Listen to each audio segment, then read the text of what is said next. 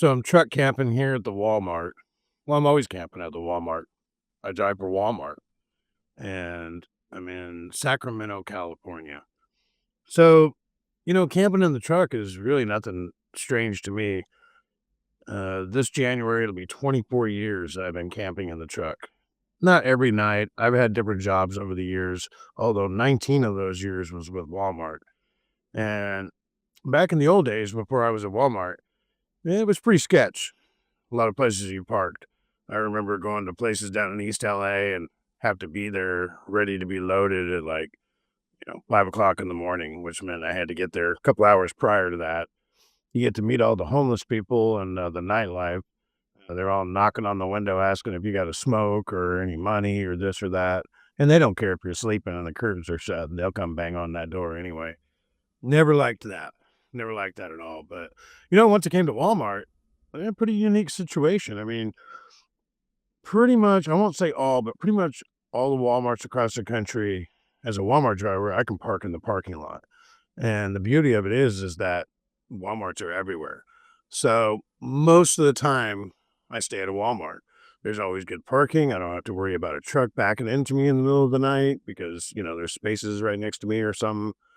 It's a pretty good deal actually, and not to mention, I have the store right there. I can, go in and shop, if I need to use the restroom, and, being an employee after hours, if I come bang on the door, because there's people in there at night, they'll open the door for me, and I can come in if I need to use the restroom or, I've heard you can even shop too after hours, but I've never tried that. Never really had a need to. The other cool thing is that, you know, I already know where all the Walmarts are. I know about how many miles they are in between Walmarts to the next city. I mean, all throughout the West Coast. And so it's a pretty good marker for me on whether I can make it before I run out of time. And, I've gone to them for so many years. I know if there's going to be parking or if it's a situation where, let's say, they have construction or something going on, I'll know that because they tell us on the tablet or there'll be some kind of notice there at the break room. So, I mean, it's a pretty good bet that I'm going to have a really good parking spot every night.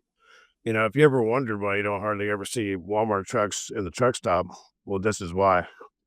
We have Walmarts all over the United States that we can stay at. And, I won't claim that every one of them is safe. I mean, there's plenty of Walmarts that it wouldn't be a good idea to stay out in the parking lot. I'm out here on the West Coast, so most of them are pretty safe. Safer than the truck stop, that's for sure.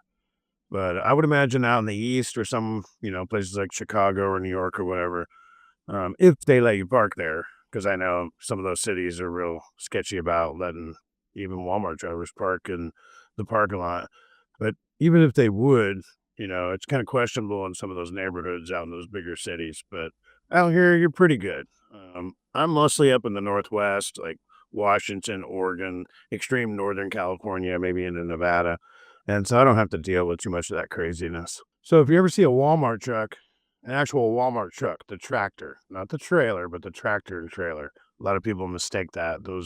These trucks that are all these different colors that are not white and blue like our trucks that are pulling a Walmart trailer, those aren't Walmart drivers. Those are outside carriers, people that are just helping us out or pulling our trailer, for whatever reason. But if you see a Walmart truck and a Walmart with the curtains shut, yeah, don't knock. I mean, it's pretty much one of the rudest things you can do as a truck driver is to go knock on somebody's door when their curtains are shut. I mean, sometimes you have no choice. Like if the driver parked in the way or maybe there's some kind of emergency or whatever, totally understandable. But, just to go knocking because you want to ask them something or whatever, um, any truck driver doesn't even have to be a Walmart truck driver. It's a rude thing to do and just don't do it. So I've got pretty much everything I need in here. I mean, I have my microwaves, I have my laptop, which I use for entertainment, for watching TV or movies or whatever. I do Steam gaming, which is on the computer, so play the games here. I don't need to bring a console or anything like that with me. And got the refrigerator. I always carry water. Always have at least a case of water under the bed and some in the refrigerator. Um, I'm not real big on eating out here on the road, so usually I have minimal food in the fridge, but a lot of times I'm at a Walmart every day, so it's pretty easy to walk in and get something. And if I have to, I can put it in the microwave, or a lot of times I like salads and colder things like that. So I know back in the day before I came to Walmart, camping in the truck was definitely much more extensive. Um, I didn't back in those days, it wasn't common to have a refrigerator in the truck, so I'd have a ice chest with ice in it, or I used to buy those coolers that you 12-volt coolers you plug in, but I never got more than 6 months out of them, and then the fan would quit working. Um, so it was pretty much ice chest for all those years. But I always carried a barbecue. I put it out on the catwalk, barbecue steaks and things like that. Um, I brought the frying pans, the cook stove, those kinds of things. But I always hated it because you always have like greasy pans or, sticky pots or whatever it is you're cooking with. And yeah, you can get water and go out, on the curb out there and scrub them or whatever, but I just never liked that. Generally, the barbecue is my thing. No cleanup involved, just a wire brush, scrape it off, and you're ready to go again. Although that was back in the days when I would be gone, 3 or 4 weeks at a time, not coming back home. For the last 19 years, I've been working here at Walmart. I come home, well, for the first, whatever it was, I guess 6 years, I would go out and work, like 5 days a week or 6 days. I had a couple different schedules, and then I would come back home, for 2 or 3 days off, and so I was pretty much living in the truck full time, but now I work 5 on, 5 off, and I'm in the truck 4 nights. So my camping years are, slowly dwindling down. It's not like I'm gonna go local or something like that.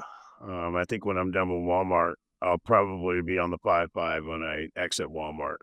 But right now, I love it. And camping in the truck, it's my natural habitat. Like I said, going on 24 years of camping in the truck, so it's really not that hard. As you can see, shaving isn't a problem or keeping clean, but you can go to the truck stops and get showers. All our DCs have showers, so I go to a DC almost every day. So generally, that's no problem. But I didn't get a chance to shave the other day. I was in a hurry, so thought I'd just do it real quick.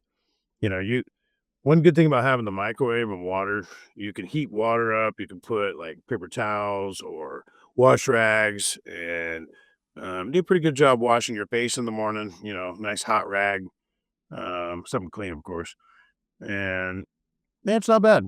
It's pretty good. It works.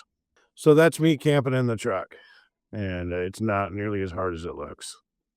Anyway, I'll catch you guys next time.